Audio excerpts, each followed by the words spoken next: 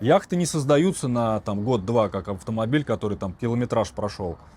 Моточасы, которыми измеряется старость двигателей, да, и генераторов, генераторных установках, это такое понятие, я когда задаю механикам вопрос, когда заканчивается двигатель, Ресурс у вас. да, он говорит, что никогда я не видел, чтобы закончился ресурс. Он может умереть, если его неправильно обслуживать. Ресурс у них очень большой. Так вот, двигатель и корпус — это основное, что вам нужно. Если вы будете это содержать в порядке, лодка вам будет служить до конца дней, потому что, ну, все остальное — это все ерунда.